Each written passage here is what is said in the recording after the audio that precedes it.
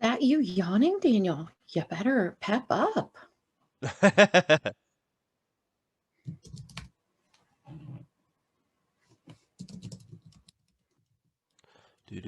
Okay.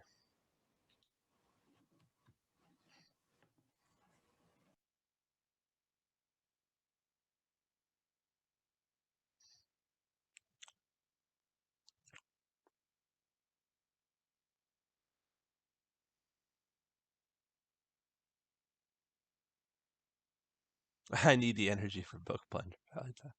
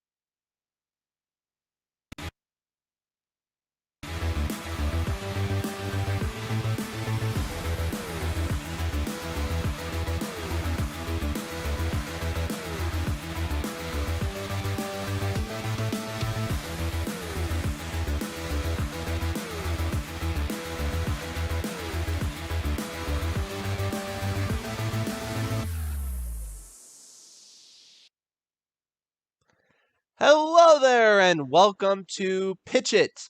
Pitch It is the show where you can do exactly that. You can pitch it. You can pitch your story, maybe an outline, maybe a blurb. You're trying to see whether or not your hook might get the attention of others.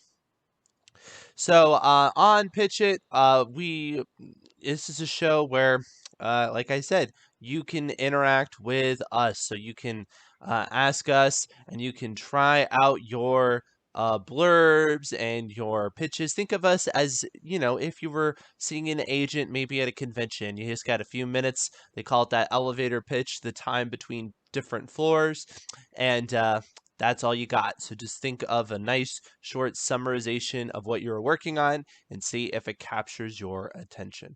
So we'll get to some pitches here. Hopefully we have some people that are looking to do some pitches. But before we do that, this is something that will make your pitch better, and that is the question you should be asking yourself is, what is the protagonist's greatest fear? We have a main character, and a great way to hook people into your story is to find out what drives that protagonist forward. And let's be honest, the greatest motivating factor that most people have is their fear. So what does the protagonist fear most? Even if you don't directly speak to that in your pitch, it certainly can tell you a lot about that character, and it can flesh it out. Because there's also the question about the antagonist, the obstacle. The protagonist is going to want something. They're moving towards some sort of goal. They have some obstacle, an antagonist in their way. But that doesn't mean the antagonist is a representation of their fear, although they can be, right? So ask yourself that question. Is the antagonist a direct personification of the protagonist's fear or not? And it can kind of let you see where the antagonist fits in the puzzle of character motivation, all of that, and can flesh out your hook a little bit better. Because you need to really, in order to have a successful pitch, you really need to know two major things. You need to know what the protagonist is trying to accomplish, and what is standing in their way. Because that's ultimately going to be the main tension point that your book is based on, right? And so that's what we as an audience need to understand before we get involved. So that being said, that's a little bit of a tip to make your pitch better. and we have some people here in our live studio audience. If you would like to join our live studio audience, autocrit.com/live, and you can be a part of our live studio audience. Follow the links for the Pitch It show. So, and I do see some of you out there on YouTube. If you have a pitch out there on YouTube, feel free to just put those in the chat. I know you're very limited on your characters, but you know that might mean you have to work really hard at making a good pitch. Just saying. A Ooh, little challenge there. brevity. I love it. Oh, yeah. All right, so A lot of our friends are novelists, and it's very difficult to ruthlessly eliminate words when you're exactly, used to long form. exactly. All right, so that being said, hold on here. I need to. All right. So does anybody have any pitches for us today? Anybody out there? Everyone, don't be afraid to be the first one. We're kind. Right? We're kind to the first, second, third, last author. But The first one gets the extra bonus of so, kindness. Laura, you have to have a pitch. I know you. You have things. And if you have a question about pitches, that's fine too. Yeah, you can ask Yeah. questions. Me. Oh, yes, you. Yeah, questions would be great. Feel free to unmute and ask out loud.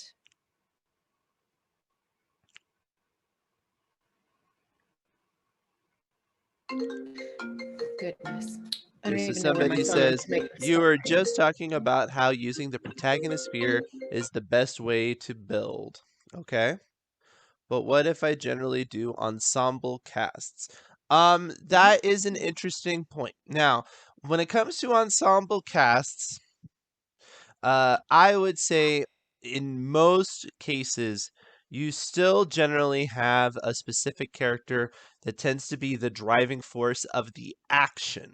Now, that doesn't mean there aren't other characters that are serving a purpose in the story, but often you will have one character that is driving forward the action. And really, there's one person that you're particularly driving. Like the reader insert. Well, no, it's not necessarily like a reader insert, but for example, like Lord of the Rings is very much an ensemble cast sort of work. There's a lot of characters involved, but Frodo is really the main character driving the action, if you think about it. Um, So I would say in that case, you're talking, when I was talking about the pitch, you're trying to find out what is the greatest fear of that character who is driving the action. I hate Yeah. characters that just exist as a placeholder for the generic reader. Yes, it's very frustrating. Although I will say that when you have a complicated world, you sometimes do this. And that's just because you need the person from the outside who's like the person reading at home who doesn't know anything about it. And that can be fine. Now, where that cannot be fine is if you don't take it a step further than that. So you don't want to just include them and then say, okay, this is, some people call it the Watson character. It's the character that has to have a lot of things explained to them because they don't really know what's going on because they're more or less like the average person. Harry Potter is kind of like that a bit, where he doesn't know the wizarding world, so of course he has to have everything explained to him like the generic reader. However, when that works, I would say the characters themselves don't feel generic. They feel like, rounded characters. It just so happens their knowledge is similar to yours going in. So, so I think what you're reacting to are those characters that are just very bland and they don't have a lot of personality, and you can tell they're just an insert just so that the author can answer a lot of questions the readers might have, which mechanically is correct. So that's why the authors do it. It's just you got to go that next step and then actually make them a rounded character. All right, it sounds like we might be getting a pitch here. I feel like I should bring back the drum roll I know, right? audio clip for this. Da-da. Like, All right. Here's a pitch. Main character ends up in a remote West Virginian town cleaning the hoarder house of a coal baron heiress with a severe shopping problem. Okay, I'm following you so far. Other characters include a foreign live-in best friend who lives in the house and is paid to hang out and be buds. Okay, I'm liking the character compliment already. You haven't told me much about the main character yet. I know what they're doing. You have the interesting other characters. What's interesting about the main character here? What kind of person are they? A native townie who has been moved into a trailer on the family property to generally manage the lives. Okay, you're telling me Hmm. a lot of mechanical things. I'm still not sure if I know much about this person. But I mean, I do at Well, least know that they are natives. That tells me something. They're not from out of town. The main oh, the main character is character is you. me. Is this like a memoir? Or are you doing the popular thing? Are you doing the Ah, popular thing where, okay, so this is like a memoir. Now, are you selling it as a memoir as if, this is a true story? Or yeah, or are you he's saying saw the barcodes off. Yeah, are you actually selling a memoir as a true story? No, no, nobody wants to get sued. Yeah, so yeah, saw the barcodes off. Uh Self-insertion into a book is usually not a great idea. Because you saw the barcodes off is like another way of saying take something from real life, adapt something, but then adjust it enough that people can't tell the origin source. People often oh, use that term when they talk about uh, honestly like copying a famous book or things like that. Typically people are either very boring, so specifically themselves no one can relate to them. Yeah. I would say what's more of a problem is people aren't as good at describing themselves as they are others often. And then you also don't tend to want to beat yourself up enough. Or you go the opposite, you beat yourself up too much. And then you have, oh, the world is out to get me. And it's so emo. And it's like, a teenager in high school on Instagram looking at the depth of his soul. So you either have that problem or you have the problem where you don't really want to beat yourself up. I don't know. This is gonna be a horror. Maybe I'll kill myself off at the end. But I mean, I know people that do that. I mean, I could think of plenty of works where it's like that main character sounds an awful lot like the author. So it's not the end of the world. I would say find one way that you can help do that whole filing the barcodes off is think of something that is particularly unique to you, and I don't know what it is, and then make that very different in that main character, because that'll just kind of force you to reimagine them a little bit. And it might even be something silly. It's like, you like you hate country music and then you just make this character like country music because that just changes who they are to a certain extent. And it'll start making you go down that path of adjusting them. Country roads now, take me home. now I'm looking for something a little bit in addition to the characters, right? So we having three-dimensional characters critical, of course. In terms of the pitch, where are where are we going with this? Where's my Mm-hmm. conflict? Right. Where will my stakes rise? You know, Mm-hmm. sometimes in a pitch, depending on who your audience is, like just give away the ending and that's cool, and maybe everybody dies and that's cool too. Um, Right. but I'm looking for that tension and that conflict to come through right away because Right. while I can envision myself personally, I would make a great baroness, and I already have a shopping problem, so I'm down to see what's in this person's house. But as a book, I think I'm looking for that tension and that conflict to come out right away. The Okay, here we live-in go. best friend is basically being kept there as a pseudo girlfriend because the family is holding their passport.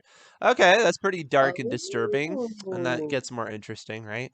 And then the main character is trying to do what? Free them, you know. yeah. Yeah, okay. Yeah. All Oh, right. nice. Okay. Okay, so now we have And then a kind of This hostage opens doors. situation.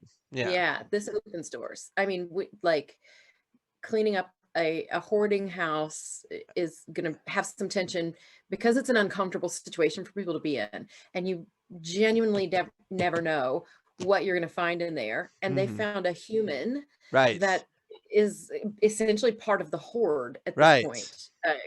Kidnapping, I mean, we could open it up into like a Stockholm syndrome Right. aspect and really dig into the psychological part of Yep. it. So, okay, Yeah. all right, here we go. Yeah. Yeah. So that's a lot. That's interesting. I definitely could imagine looking at that. I think you got a lot of great things going on there. Yeah. And did we say this is set in like a coal mining town? Coal Baroness, West I remember. West Virginia, I thought.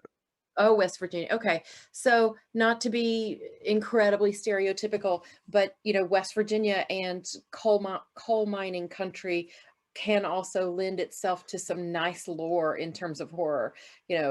I'm thinking I think Mothman Prophecies was up there, and that there are just some potential kind of monstery sort of things that can live in those mountains of Class West Virginia. difference. So Yeah, so is this yeah, main yeah. character somebody, well, you said they're a native, but are they maybe somebody that has a different perspective on the area? They're like a little bit trying to reform the area sort of person or something like that. These people were rich, rich, rich and living next to people. Yeah, so you got kind of hillbilly elegy Mm, going on mhm. here.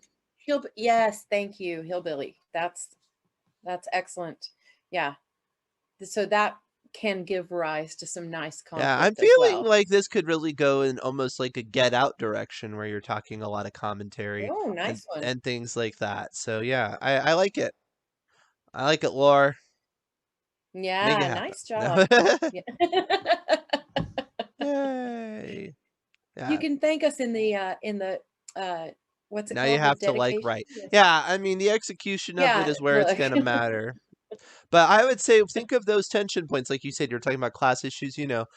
So if you have somebody who's insanely poor going into somebody who's insanely rich, but the insanely rich person is just so decadent and gross and just living in a hoard, and so I that could go so many different directions. I think of like Grey Gardens, you know, where you have these wealthy heiresses and they ended up just becoming like cat ladies, you know. And that's Say that like it's negative there, Daniel. Just well, I meant it in I'm on my way. it is like in a negative way. It's like they really Yeah, did it's just it's they really very just did reclusive. slide Okay. down into that black hole. So Mhm. Mhm. yeah, nouveau It can get riche. Yeah. it can be very psychologically damaging, like to Yeah, now one thing be I that would rich say and not is know I how to don't manage know it. Yeah. your background in terms of how familiar you are with that area, but this is the sort of thing where that sort of research will help. So, and think of Mm. all different things from that area. So, yeah, live there for half a year. That's a good start. Yeah, for sure.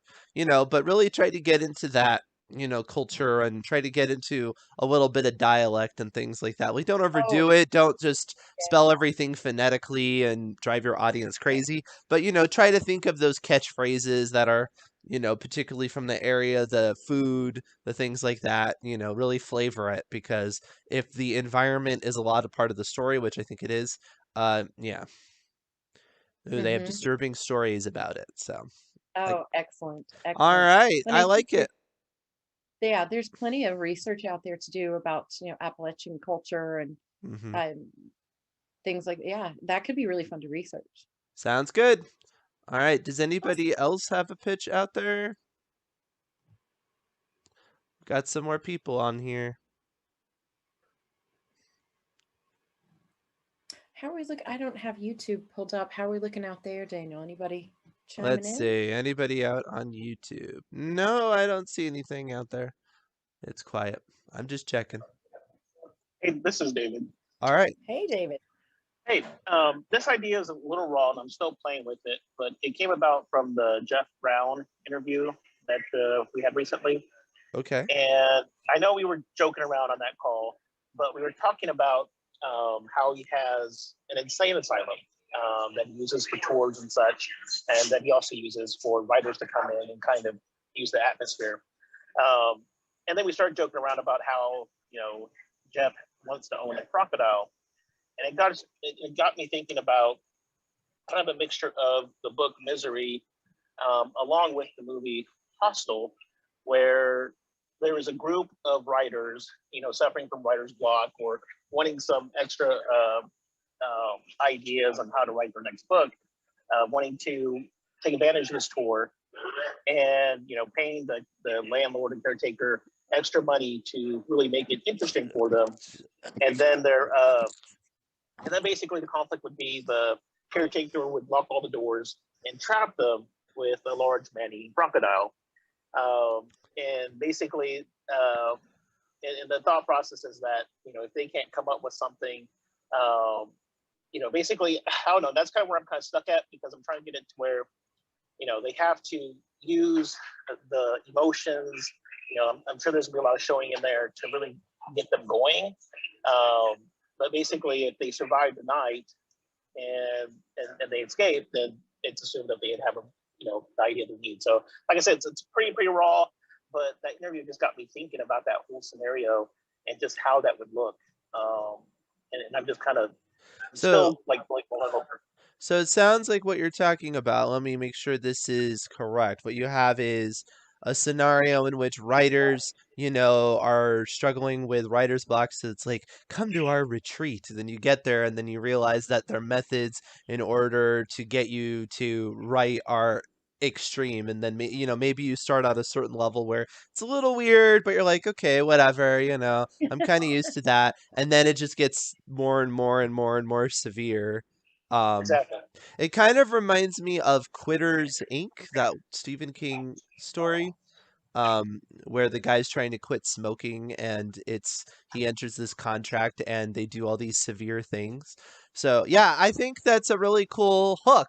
I like that. So I would imagine, your main character would be somebody who just kind of gets suckered into this, and then they get to the point where they have to rise up against whoever's putting this on and escape. What's really fun too is this is kind of strange, and I don't know how you could thread this, but one thing that I really like about that premise is you also have the question of, so what if, as a result of all of this, the person feels like they ended up with a pretty good idea? Do they even use it? It's almost like a weird Nice. conflict on top of it because they're trying to escape this like hellhole, but in the meantime, they're forcing them to do all these exercises, so they're gonna have something as a result of it, and then it's like ill-gotten gains on yourself, and you have to determine what you do with it. Yeah. I was thinking, so many ways to ratchet up the tension as you Hmm. go through that story, right? It starts out, I'm feeling very, David, what's that movie I'm thinking of with um, the waving and the hands and oh, I can't believe I'm blocking on the name, but you go thinking you're gonna Midsummer. Thank you, Laura. Midsummer, right? You think you're going on this nice trip, and it just turns more and more horrific at every step, and then, just so many ways that can go wrong, and limiting their options. So there's only one way out, and Hmm. it is through the crocodile lair. Um, you know, Other things are happening within the confined space where they are, that their only other option is to go out through the crocodile door. So great opportunities to put your characters in these no-win situations, Hmm. um, and have. So What would be really David fun? mentioned, Oh yeah, go ahead. sorry, David mentioned our Jeff Brown interview, and he is part of our horror course lecture series. So I know that David's coming from a place of horror, which is why I'm like, oh, terrible things are going to happen. Hmm. I'm pretty confident David is not going to be writing a romance. So my ideas around tension locks and option locks and ratcheting up the tension are coming from that space. Yeah, I like it a lot. I would say, think of two of this could be the bit of the naive person finds out what the industry is like kind of story too. Because what if it turns out a Ooh. lot of his favorite authors they got their books through something like this, and like they never wanted to speak about it afterwards, essentially. But then it's like that kind of colors your opinion of them. Because essentially what happens is let's say you get to the end and it's like, yeah, okay, all this horrible stuff happened, but look what you have. And this is the same thing that this person did, and this person did, and this person did. So really, is this all that bad? And it's just That's messed Wow, up. that is good. That is Yeah, good. I there you like go. that. There you go. yes, Well, feel free to metaphor use for the it. Just publishing industry, like put me in the give me a blurb in the acknowledgments or something. the price of Or kill fame. somebody off named Yeah. Daniel in some horrific way. That's fine. I've had Oh, but somebody it's kill true. me That off would in a story before because they didn't like me, so I'm used to it. now you can be killed off for a good, I like, could be killed good off for a thing. good reason. It was funny because there was a horror author I was listening to an interview for, and these people in his workplace were always asking, "Oh, could you put me in your book?" He's like, "Sure." And you don't really want I'm that. like, maybe you don't You want that. don't want that, Yeah. really. So, and you need names for your victims. You're like, oh, okay. She's like thinly disguised. Oh, I'll call him Manuel. Nope, that's All right. not So you. we've had some others join us, and we have time for another pitch. If somebody else has a pitch, any other pitches out there? I just want to make sure I give everybody an opportunity. And even if all you have is something very basic, it's just it's Transformers meets Pride and Prejudice, do the thing. Which, by the way, if you do write Transformers meets Pride and Prejudice, I might just read it. So feel free. That actually sounds fun. I like it when you pick two completely random examples like that and mash them up, because it always gets my brain thinking like, oh, wow, that could be so It's cool. actually a really fun brainstorming exercise to do. Later on tonight, we'll have the book blender, which is another version of that, where you take a Yes. protagonist, a villain, setting, and you create a story. And what you'll find when you watch the backlog of episodes is that I don't only just take it at its on the face of it, but I try to take an abstract concept from that and really massage it into something, and it can be a lot of fun and some pretty cool hooks. I still want the story of Tony Stark being ransomwared because I just think that's an amazing idea. Yes, Oh, yeah, I have to think exactly. about that for a moment. Yes. Because it's like he's so dependent on his technology, and yeah, he's hacked by some lowbrow hacker in a basement, and he has to solve his problem. Yeah. So yeah, well, if you like the idea, check out the episode. It's a few episodes back of Book Blender. I don't think Shuri and Wakanda would do that. That's not very nice.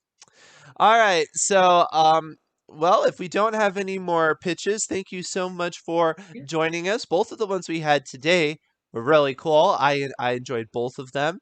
I'm looking Yes. forward to seeing some work on them, and perhaps who knows, one day we might be reading full manuscripts. You never know.